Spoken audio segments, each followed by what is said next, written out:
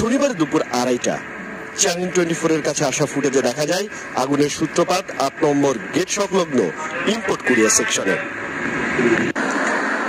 আগুনের লেলিহান শিখা মুহূর্তেই ছড়িয়ে পড়ে, ধ্বংসস্তূপে পরিণত হয় কার্গো ভিলেজ। ঘটনার পরে ফায়ার সার্ভিসের গাড়ি দ্রুত পৌঁছালেও ঢুকতে পারেনি ভিতরে। বিমানবন্দরে কুরিয়ার ব্যবসায়ী মমিন মজুমদার ঘটনার শুরুতেই ছিলেন।